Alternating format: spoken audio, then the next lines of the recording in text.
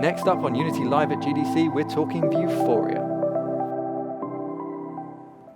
And we're back with Unity Live at GDC, and we're here to welcome JJ from Vuforia. Dude, thank you so much for being here. Thank you. Welcome Hello. to the show.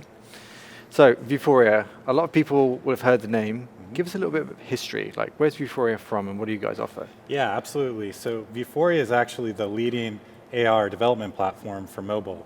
Vuforia has been around for about 7 years. It first launched 7 years ago. And it's been used to build over 50,000 commercial augmented reality applications for mobile. That's as measured through the App Store and the Google Play Store. There's actually another 50,000 apps that are in development still today that may never be published to a store, but are actively in development over the last 30 days. So ton of applications that have been developed over the years with Vuforia. And actually last year, some exciting news, we actually integrated Vuforia into the Unity editor. So the Vuforia engine ships with every copy of Unity, making it real easy for developers to get started faster, build applications under an improved workflow. And so what is it that Vuforia does? Really, when we talk about AR experiences, we like to think about it in two categories. There's experiences that are built to interact with a very specific object, like a car or a piece of marketing collateral or an appliance of some kind, where that experience needs to understand exactly what it is looking at, what the exact object it is, so that it can merge, the form of it, exactly, so that it can merge digital content onto the physical object. And so you can have an instruction appear right on top of the right button that it corresponds to. And then we also see a different kind of application that's built for an environment. And by environment, I mean like a flat surface, a tabletop, or a floor, where you just want to put digital content in the real world so you can play with it or visualize it. And we see two types of apps or two types of use cases here that are popular with Vuforia. The first is gaming, of course, and very popular for Unity as well. We just have a digital game that you want to play out in the real world.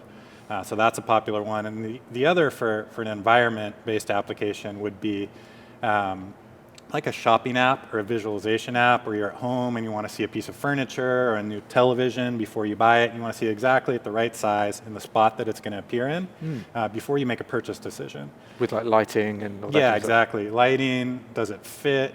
Should I go 55-inch or 65-inch TV on my wall? What color, furniture do I put in the corner? That type of thing. So experiences on objects where you need to see something, and then just experiences where you take digital stuff and put it in a physical environment. And so those are two types of experiences that are built today, and ones that we continue to see driving the platform forward. Cool. So in terms of the other kind of big platforms, the ARKit, ARCore, how does Vuforia fit into that kind of equation? Yeah, that's a great question, and one, as you could imagine, that we get a lot of. So this last couple years have been huge for augmented reality. As I said, Vuforia has been around for quite a while. Now we have some new big, some other platforms coming into play. ARKit from Apple, ARCore from Google. And some of the differences here to keep in mind is, ARKit, for example, when it launched recently, really focused on that environment case where you take digital content and you put it in the real world to play out a game or to visualize something. Vuforia, the whole object-centric augmented reality where you see the appliance or the automobile, that's something that we haven't seen in these other platforms yet. Okay. So that's really where we've seen a lot of value be driven in augmented reality, is through whether it's a marketer or a car manufacturer or someone who's just building a physical product and wants to add to it.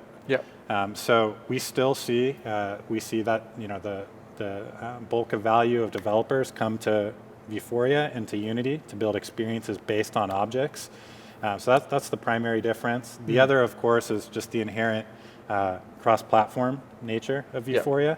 That's a big value prop for us from the beginning. We want to provide the best AR experience on any type of device. Cool. So that means phone, tablet, digital eyewear that you wear on your head. Build one app, have it work across Android, iOS, and UWP. So Vuforia and Unity are very well aligned and share the same mission in that regard. And that's been very successful for us in this partnership. The other important thing to understand about how Vuforia works with ARKit and soon ARCore is that it actually uses that underlying technology Vuforia does within our own platform. Oh, okay. So Vuforia will actually, if Vuforia is run on an iPhone 7, which is a device that ARKit also supports, and is capable and has been tuned by Apple to work with ARKit, Vuforia will use that. So you can take advantage of that. We'll take advantage of it. Cool. We'll plug in to some of the tech provided by ARKit and use that in the Vuforia features up top.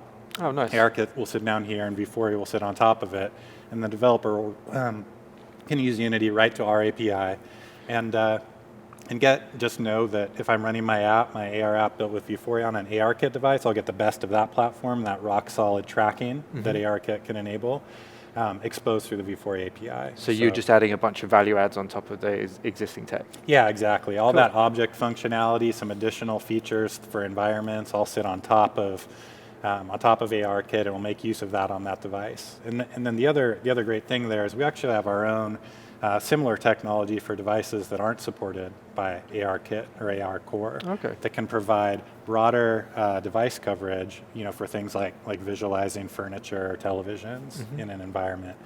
And so that's something we continue to push forward as well. Cool. And all of those features that you've just discussed is inherent from when you were integrated into Unity back in 2017.2. That's right. So if our developers go download Unity, they can get started with all that great stuff straight away, right? Yeah, absolutely. I think we got some pages up on your website. Yeah. You can also go to our developer site to get started. And you'll actually, when you install Unity, you can just see through the installation process. You can select Vuforia Augmented Reality. You'll be able to get started for free using Vuforia and get access to all these great features, and we think have the best experience with AR development.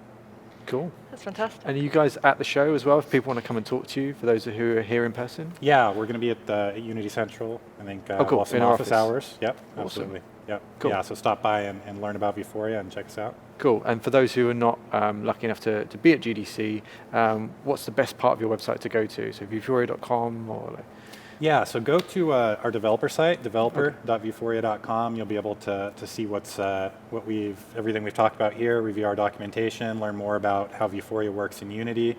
And there's also some great things that are coming next from Vuforia. So we're going to soon be adding support for AR Core in the same way that I talked about support for ARKit. Yep.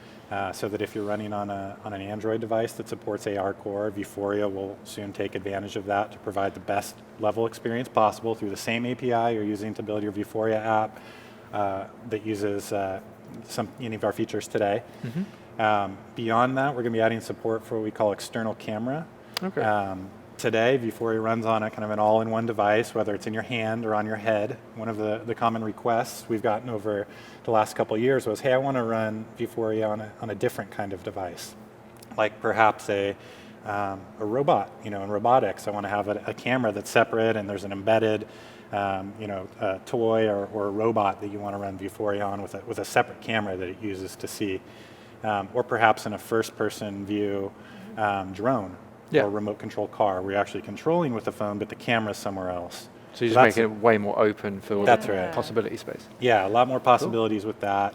That's going to be coming soon. And then the last thing I want to mention that's an improvement to our model target technology. So model target was a new type of object recognition that we released in 2017.3 at the end of last year.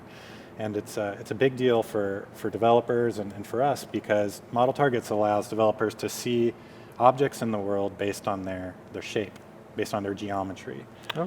So many types of objects that were previously hard for anyone to recognize, hard to see in an application, can now be seen by Vuforia. And you can put digital content on top of automobiles, or very just a whole new class of objects. So how does it, this is a really dumb question, how does it do that? How does it know what these shapes are? Yeah, so we have a workflow that's really easy to use. You have a 3D model that's realistic or accurate to the shape, the edges of let's use the car example of an automobile.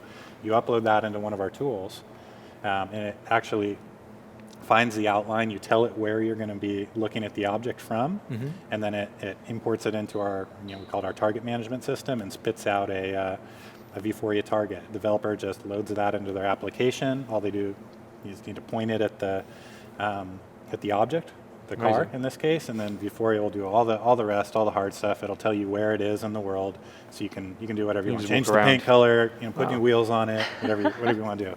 Cool. But there'll be an improvement coming to that, to model targets to get even better with some new recognition capabilities, so that we can do up to 100 different objects at once in the same app. We can look at objects from all full 360. Really just deliver on the features we see at all kinds of cars or machines in a factory floor, toys, consumer products. Sky's the limit there. It's Yeah, intense. definitely. JJ, that's amazing, man. Thank Thank you you. so much Yeah. for being on the All show. right. Thank you so Cool. much.